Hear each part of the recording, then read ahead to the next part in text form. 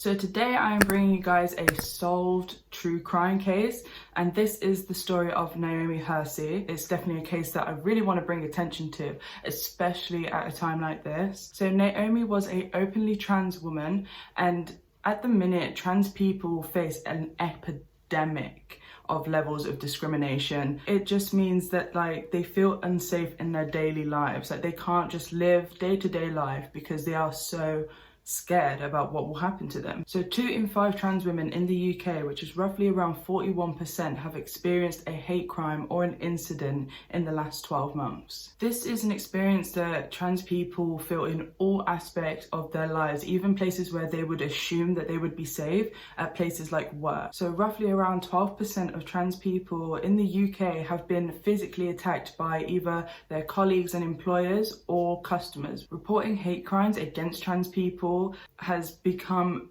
considerably low. 4 in 5 trans people, which is roughly around 79% of trans people, do not go to the police to tell them about what's happened to them because they don't feel safe doing so. They don't feel protected by the police, and they don't feel like the police are going to do anything to help them. Another big part that plays in this is the media's way of talking about hate crimes towards trans people. The murder of trans people and the hate crimes against trans people really goes uncovered. It's more likely to be white trans people rather than black or ethnic minority trans people. And when the media does talk about trans people, it's usually very offensive and disrespectful, and it usually talks about anything other than what has happened to them. It's usually just about them. The way the media covered Naomi Hersi's death was it basically captures all of those issues. Her death wasn't reported on until 3 days later, and even then only a very small amount of media was actually writing or covering about her. Some of the media reports even kind of lumped Naomi into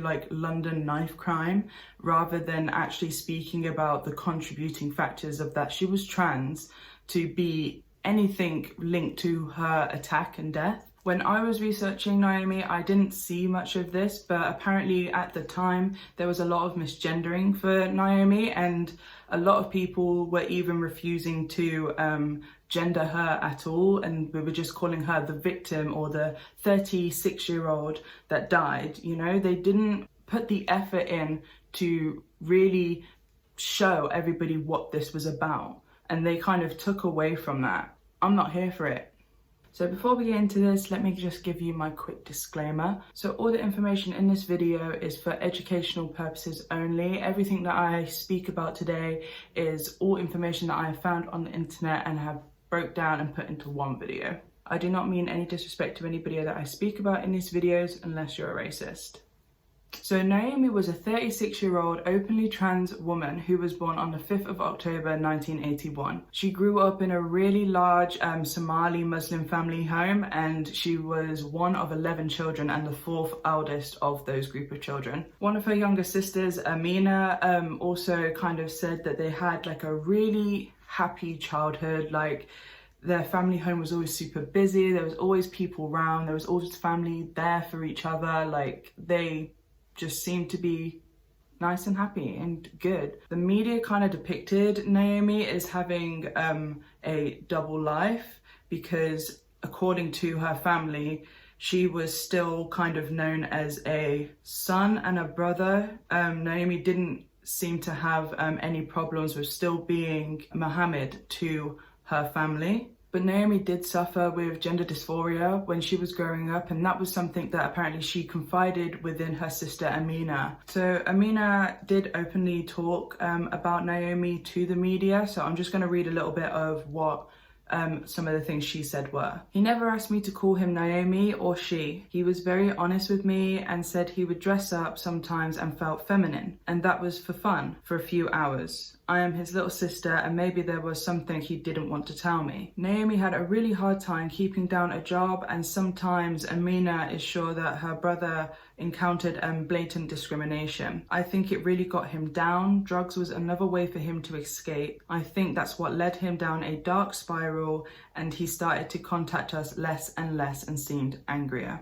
So Naomi is not here to speak for herself, so I'm going to take everything that her family say with a pinch of salt. This all could be well and true. I'm sure it is a lot of cases for a lot of trans people, but it kind of just talks that Naomi had all of these internal struggles and it was all on Naomi. And I think that in a lot of cases, no matter what we're talking about, sometimes families, especially our parents, don't actually want to kind of admit or acknowledge a role that they could have played in your declining mental health or anything like that. Naomi was openly trans to everybody in her life apart from her family, and I do think that says a little bit more about her family than Naomi herself. Her family have basically said that Naomi essentially downplayed herself to being a cross-dresser rather than sharing her experience of being trans. A few days before Naomi's death, she did contact her sister Amina and said that she didn't want anything to do with her and she never wanted to hear from her again. I'm not saying that Naomi wasn't angry at her family or anything kind of like that, but there's always a reason.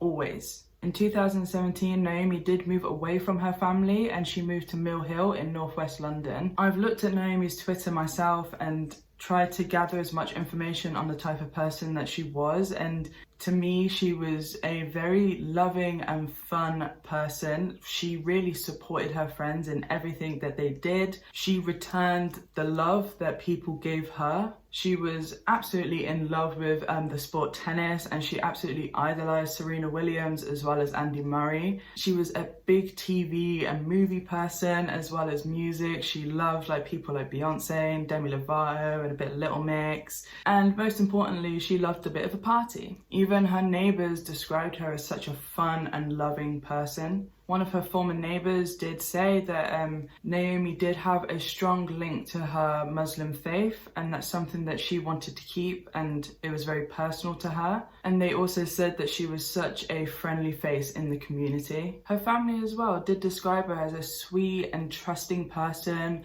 who was really funny and creative. Naomi was such a big advocate for trans rights and anti-Islamophobia and black rights and feminism. This is all things that are displayed on her Twitter that you can actively see. Even some of Naomi's last tweets were about the discrimination and violence against trans people of colour. It is also no secret that drugs recreationally were a big part of Naomi's life too. So let's get into the actual story. So on March 12, 2018, Naomi met Jesse McDonald, who was 24 years old at the time, and they had been conversating back and forth that evening on a dating website called fabswingers.com. Jesse had posted that he was looking for excitement and edgy sex, and then that kind of led to Naomi inviting Jesse over to her flat that evening. It is insane that when you read about Naomi's case, there is so much information on Jesse and there is barely anything about Naomi's life. Most of what I learnt about Naomi was going through her Twitter, but Jesse's entire life story is in these articles. And let's not forget that Jesse is a white, cis, supposedly straight man. When you read about a victim in any other kind of crime, like a kidnapping or a murder or anything, it's all information about the victim and how great they were and how loving they were, and it creates a sense of remorse for the victim because at the end of the day they're the victim. But that is not what any of these media sites did for Naomi. Personally, when I was researching the case, I was quite happy that I didn't see any misgendering, but I am reporting on the case X amount of years later, so things could have been changed. So I'm just going to give you a short bit of information on Jesse McDonald, but I really want to emphasize that this is not about him. So at the time, Jesse was 24 and he was a super privileged white man who had a pretty wealthy upbringing. He went to really good schools, he got really good grades, he had the tools to be something pretty good once he left school and got all of his A-levels and qualifications. He grew up in West Sussex and he excelled at being a musician, and he did have a really great love for tennis, and tennis is what he actually wanted to do before he suffered an injury and couldn't pursue a tennis career. So according to his family, he had a very bright future ahead of him, but he got sidetracked on drugs like cannabis and steroids and cocaine, and it just kind of went downhill from there. And that's when he started to deal drugs and do that as his job, basically. Because of all this, he dropped out of uni and he did get kicked out by his family, and he ended up living in a hotel in Heathrow Palace, and he kind of struck up a deal with the owner of that hotel, and he kind of was given a lengthier stay. Jesse McDonald was described as being a sex pest who just couldn't control his sexual drive or anything like that, and would just sit on these dating websites 24/7. So let's get back to the night of March 12th. So Jesse had actually been visiting with his girlfriend and staying with his girlfriend Natalie Darkoshka. She was said to have had a very sheltered upbringing and was actually 17 at the time, and she was 18 by the end of this, and she had met Jesse online. After returning back to his home in the hotel after spending a couple of days with Natalia, he was already on these dating websites, and within 45 minutes of being home, he was actually on his way to go see Naomi. Apparently this wasn't all just a one-time thing, and that Jesse openly admitted that he'd done this to his girlfriend multiple times and gone and met up with other women, men, trans people. So even after all of this and spending some time with his girlfriend Natalia, Jesse openly said that he was still unsatisfied within their sex life, and that he couldn't resist the law of gay sex. So Jesse drove all the way over to Naomi's flat, which took him just over an hour, and he arrived around midnight. For the next 3 days, Jesse and Naomi spent all of their time together in Naomi's flat, and they just kind of were sleeping together, taking drugs. The only time they really ever came out of the flats were to get a pizza that they'd had ordered, or to go to the shops to get some food and bits and pieces like that. So Jesse was so engrossed with Naomi and their relationship and what was going on there that he'd ignored all kinds of messages and calls that his girlfriend Natalia had tried to make to get in contact with him. Natalia later admitted that she was quite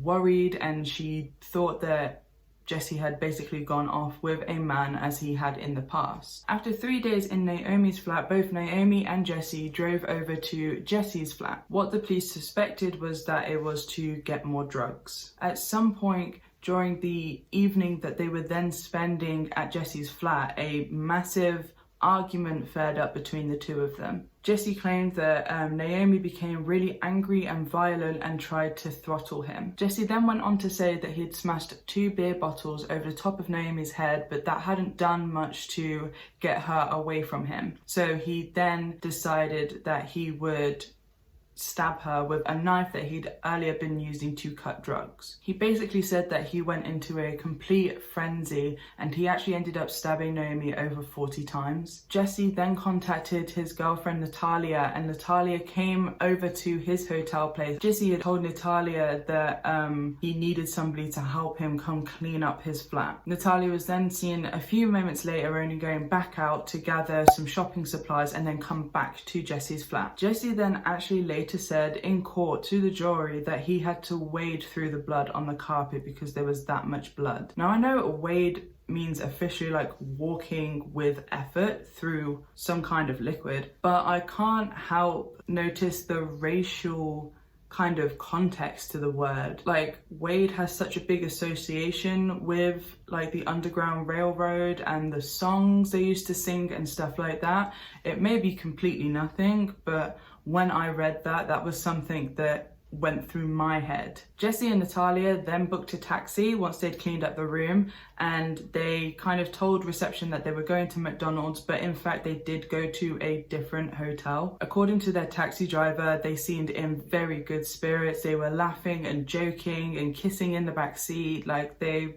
didn't seem like anything was out of the normal. So the pair went to a hotel in Teddington, and from there, that's where Jesse contacted his mother and told his mother that he had actually been held captive for multiple days and that he had hurt Naomi in self-defense. Jesse claimed that as soon as he got to Naomi's flat on the very first day, Naomi had given him some orange juice spiked with a date rape drug, and he did not remember much from there. Over those couple of days that Jesse and Naomi spent at Naomi's flat, Jesse basically said that Naomi continuously raped him and that he basically feared for his life. Jesse then went on to say that Naomi wanted money for the drugs that she had supplied to Jesse while they'd been at her flat. So that's when he decided to drive them both to his hotel. Jesse kind of gave off the impression that he didn't really want Naomi to be there and stay, but she took it upon herself to stay for a couple of nights. Because Naomi was refusing to leave his home,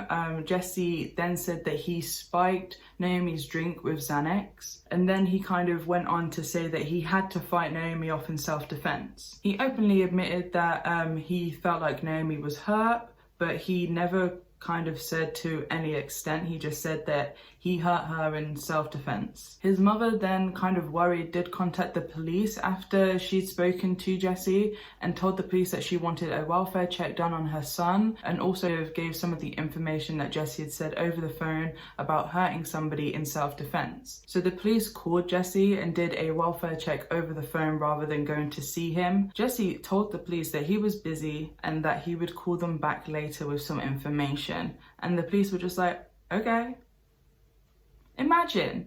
I just think that's so strange. So after spending the night in the hotel in Teddington with Natalia, he called the owner of the first hotel where he had his like lengthy kind of contract with the owner, and he called the owner and was like, basically there was a fight in my flat and I need somebody to go clean it up. Can you go and do it? I will give you this really expensive watch. I can't remember the brand, but he was like, I'll give you this really expensive watch that retails for about $4,000 and that will be my pay to you. The owner said that he obviously declined this and immediately contacted the police to this and just said everything that Jesse had told him as well as the bribe, and that they would find Naomi in his flat. So when the police got to Jesse's home, they did unfortunately find Naomi's body in the bathroom. Naomi was semi-naked and she was partly covered by a small bath mat that was in the bathroom at the time. They also found her headband, her jacket and her wig kind of scattered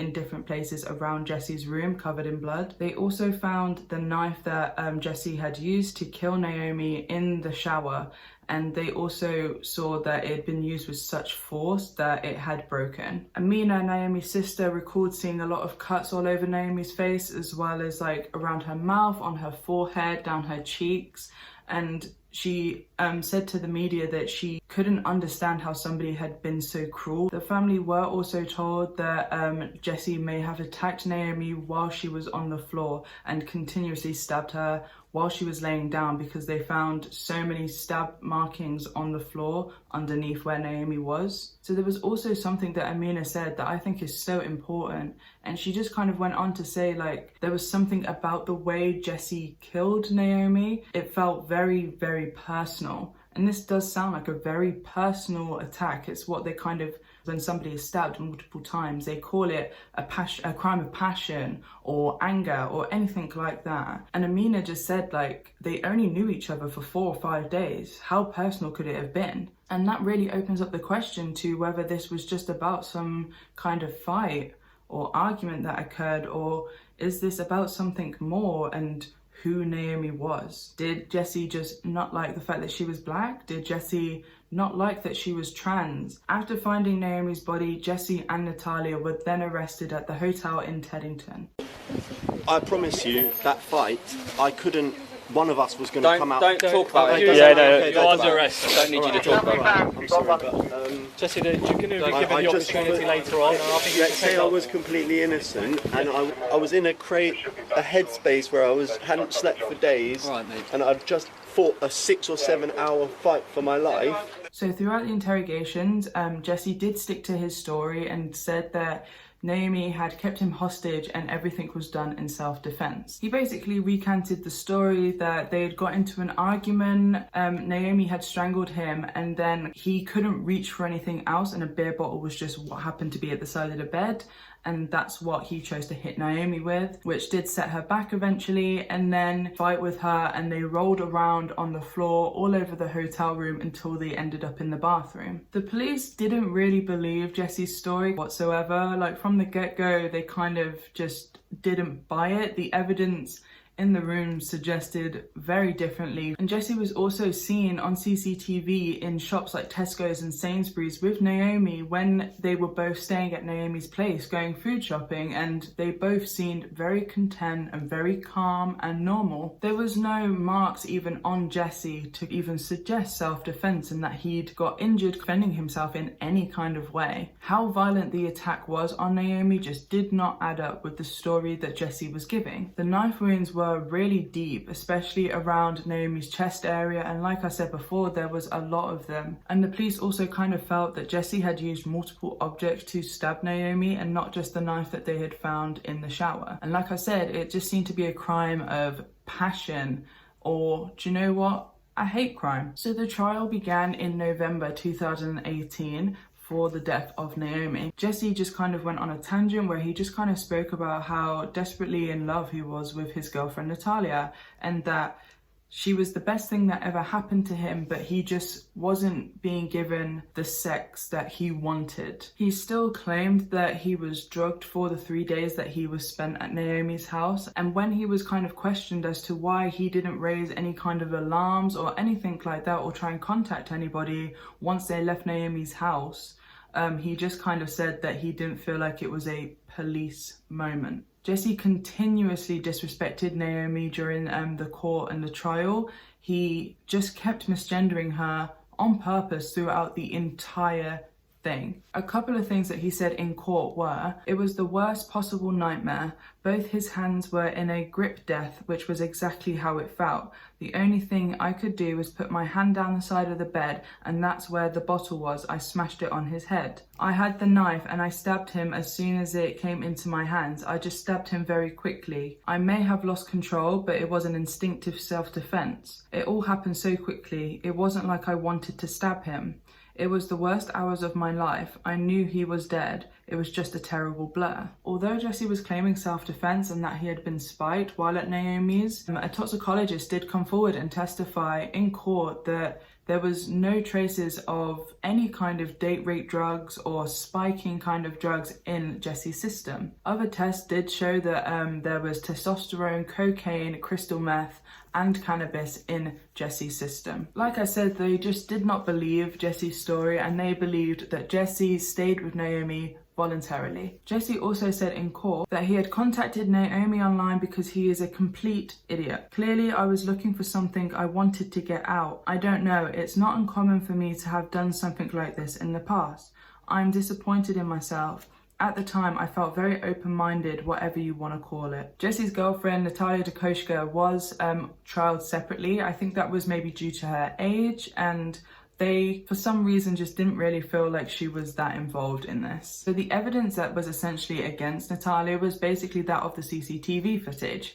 So Natalia was seen going into Jesse's flat, and then she was seen going back out for cleaning supplies and then going back to Jesse's flat again. There were also some washing up like yellow rubber gloves inside Jesse's flat found that basically had Natalia's DNA inside them. And also the texts between Jesse and Natalia were a big factor in this case too. The texts essentially said that he'd been an idiot, that he loved her and he hadn't cheated on her, but he'd gotten addicted to a nasty drug and it kind of gotten out of control. He then also told Natalia in those messages that he had a big drug dealer lying on the floor of his apartment. He also added that the drug dealer wouldn't wake up and it was a massive black guy. For Natalia's defense, they actually brought in a lot of character witnesses, and the character witnesses for Natalia basically just kind of went on to say that she was a model student. This was totally out of character for her, that she had been misled and lied to, and basically that Jesse had coerced her into doing all these things because she was so smitten with Jesse. They basically just played on the fact that Natalia was young and naive, and it worked. The judge did agree that Jesse was a very dominant figure and character, and Natalia had basically become entranced by him. The judge also said to Natalia, "One of your references refers to this being a once-in-a-lifetime mistake. fake, make sure it is. Amina, Naomi's sister, also spoke on the fact that during the trial, the whole family had to sit and watch Jessie and Natalia. And Amina, Naomi's sister, also said that she was horrified at what her family had to go through during the court and the trial, and that they had to sit and watch Natalia and Jessie in the docks play with each other's hair, smirk and smile and tickle each other and be really cozy, and honestly not give a crap about what was going on in front of them. Jessie's defense really laid into Naomi's character and stuff. Jessie's defense really laid into Naomi's character throughout the trial, and they really just basically ripped her apart. They kind of spoke about how violent and dangerous Naomi was with no actual evidence or anything to back it up. They just portrayed her as this violent being, which her family had to sit and listen to and know that Naomi was nothing like they were saying. I can't imagine what it would be like to sit there and listen to somebody talk about somebody in your family in that manner when you know it's all lies. Jessie denied murder and preventing the cause of justice, but after a 6-week trial and a 17-hour-long jury deliberation, the judge, Mark Dennis, did actually sentence Jessie McDonald to a minimum of 20 years in prison. Natalia denied assisting an offender and preventing the cause of justice, and she was handed a suspended jail sentence and basically was just given 150 hours of community service. It's clear that neither of these two people took any kind of accountability or any kind of personal remorse for what they had done. Prosecutor Mark Hayward QC said, "Each was thinking of only themselves and each other, without a care for the deceased, whom they believed was unlikely because of her lifestyle to be missed." Following his conviction, a detective inspector from the Scotland Yard said, "From day one of this murder, Jessie had spun lie after lie and tarnished the name of the victim by calling her some of the vilest names in front of her family. He completely fabricated that he was kept against his will at Naomi's address, and there was no evidence whatsoever that he had been raped by her either. This was all just smoke and mirrors to make himself look like a victim, when in fact he is a cold and calculated killer who dragged his girlfriend in to help him clean up his mess." I do think Natalia should have received a harsher punishment. At the end of the day, Natalia was not with Jessie at the time he murdered Naomi. She actively came from miles away to help him. Jessie made no threatening kind of messages to Natalia to coerce her to come. She did that off her own back because she wanted to help him. Period. She came at her own free will, and she made no attempt to aid the police in the investigation to figure out what had happened either. If this extremely sad case shows anything, it shows that more now than ever, we need to do something about this. We need to support trans people. We need to protect their rights because they are people, just like any one of us. We all have a privilege over those people, and we need to do what we can with our platforms and privileges to help these people. This means white people extending a hand to black people. This means black people extending a hand to trans black people. No one is excluded from helping trans people, and that includes white trans people too. There is a list of privilege, and it just goes further and further down. Trans people may be pretty far down on that list, but white trans people are above black trans people and people of ethnic minorities that are trans. So then white trans people do need to give their hand to those people to help bring them up too. Nobody is excluded from helping people gain their basic human rights. So that is the end of the case today. This was a solved crime, so hopefully I will bring something unsolved to you guys to give you more of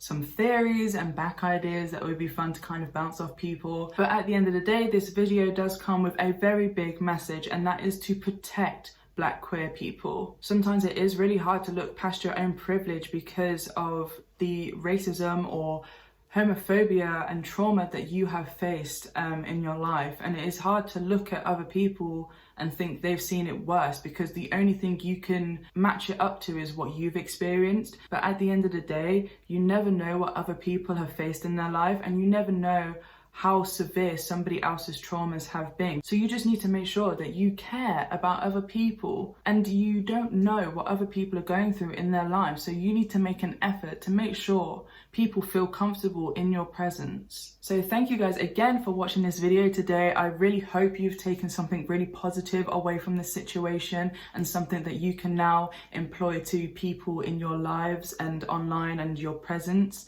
in this world. So make sure you guys do like and subscribe to the channel, and make sure you got your notifications on, because you do want to know when I post something new, because I can tell you it's going to be good. Even if watching my videos is the one thing that you've done that day to educate yourself and to learn something new about racism, then that's fine. And please continue to do that. Please do your own research too, and don't just depend on other people to supply your knowledge. Make sure you do follow up in my description and look at different ways that you can help protect Black trans people, and what you can do and say to do more for the community. Bye guys.